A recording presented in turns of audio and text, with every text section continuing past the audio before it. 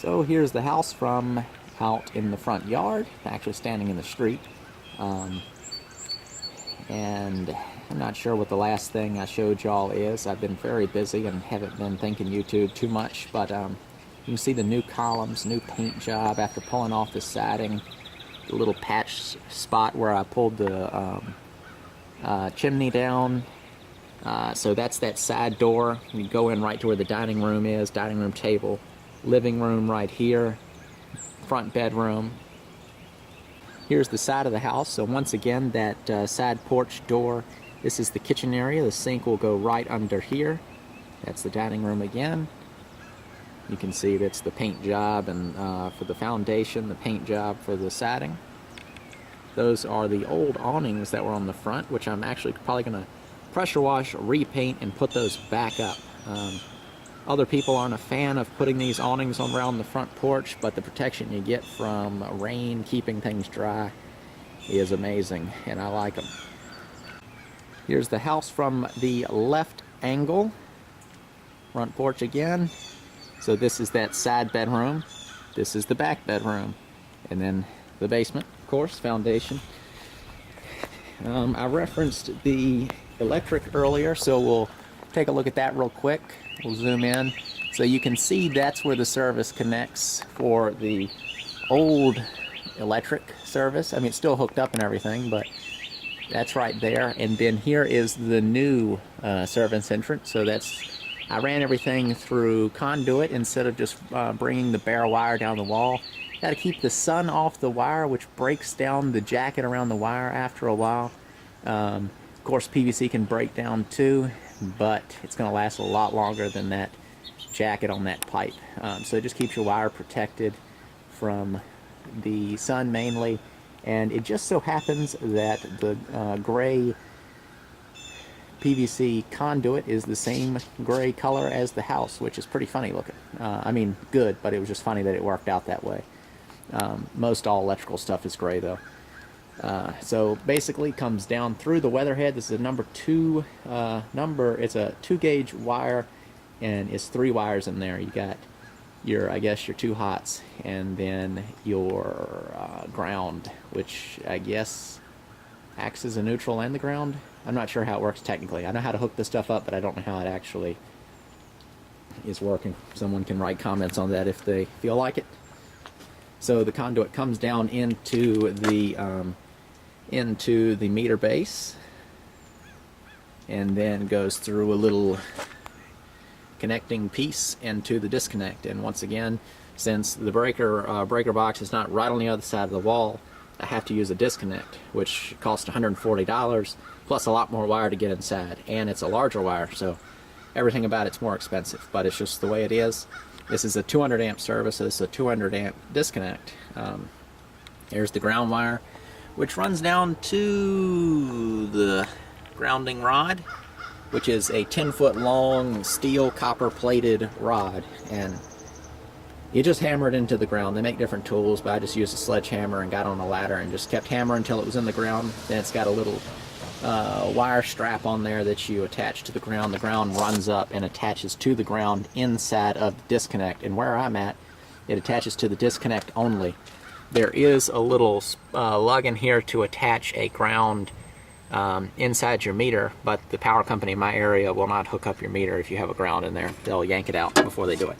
So you don't ground the actual meter with a separate copper ground. It's already grounded with the ground that comes from inside the house and the ground that goes up to the power line.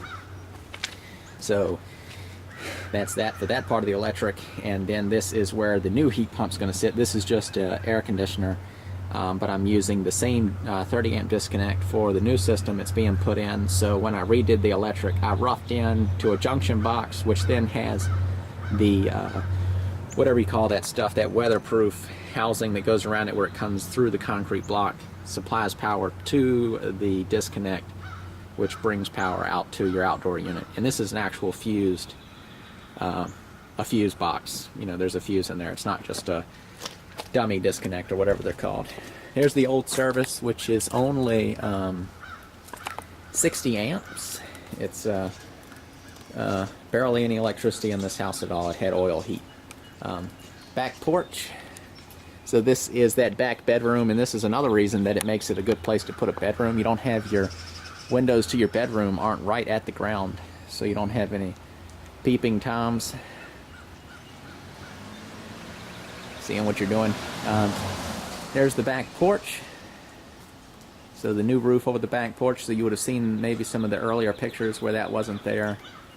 Comes down, see the new supports, steps. So it's not a new porch, but it's just a modified porch. New and improved. Same gum, new flavor, or something like that. Video's getting way too long.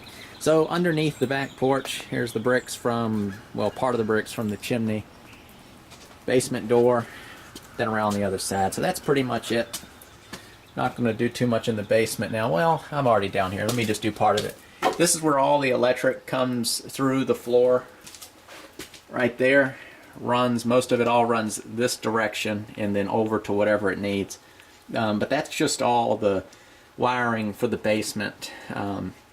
Like to wire up the sub panel, to wire the rough end for the emergency heat where the new air handler is going to be, the wire that goes out to the outdoor unit. This is the old breaker box, which is being removed. It still has current to it, but it's going to be removed. And then as part of the plumbing, I replaced the water heater. There's the old one. It's a 40 gallon. That's a 50 gallon, which is funny because it looks smaller. It's just fatter though. All the plumbing for the house, that's the main drain line, and then the other ones come from this side of the house. So let's get out of here. It's dark. It's kind of cold right now too. It's all muddy back here too. After a while I'm going to do some sort of nice little walkway or something. But all my trash sitting around. But there's a view of the backside. It's kind of funny because it's a small house. It's under 800 square feet, I believe, total. And but looking at it from back here, it looks like a skyscraper just because of how tall the foundation is. From the ground in that corner up to the corner board is about 10 feet or so. Yeah, it's about 10 feet. So it just makes this backside of this house really tall. I would rather it be sitting on a flat ground, but it just is what it is. So, hope you enjoyed the video. It was just supposed to be an overview. That will spark any questions that y'all might want to ask. But in general, I was just kind of hoping to answer a lot of questions through a fairly detailed tour. I'm already thinking of more things I could show you, but I might talk about some of those other details later. So let me know what you think. Feel free to ask questions. I'll do my best to answer them and so forth. So thanks for watching, and I will see you in the next video. Well, that wraps up the whole house tour inside and out, and I hope you enjoyed it. If you have any questions, be sure to leave them in the comments below, and I'll do my best to get back to you with an answer. And I've got some more videos coming up on this house project, some drywall and, let's see, insulation. Got all kinds of videos coming up, so be sure to tune back in for more progress, and I'll do another series of house tour videos later on once there's a lot more progress has happened. So we'll kind of do this whole thing all over again, probably. Maybe not quite as long since there was so much to talk about in this video, but the same kind of thing where I give a full walk around and show what's going on. So if you're not already subscribed to the channel and want to continue to follow along with this house renovation, click the red button on the screen now and you'll get updates when I post future videos. Thanks for watching, and I'll see you next time.